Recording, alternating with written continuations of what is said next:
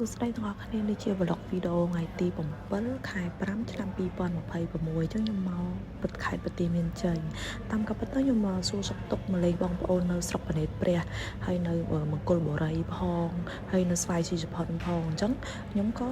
ឆ្លៀតពេលទំនេរមកហាត់ប្រាណញ៉ាំអីហើយហាត់ប្រាណឡើងភ្នំស្វាយតែម្ដងអញ្ចឹងនៅច្រកឡើងភ្នំស្វាយនេះវាមានច្រកចូលពីក្រោយភ្នំទាំងអស់គ្នាធម្មតាយើងជិះកាត់តែពីមុខយើងអត់ដឹងថានៅខាងលើហ្នឹងគេឡើងហាត់ប្រាណមួយចំហៀងវត្តមួយចំហៀងទេអញ្ចឹងខ្ញុំមកហ្នឹងឃើញឃើញខ្មែរយើងឡើងភ្នំស្វាយច្រើន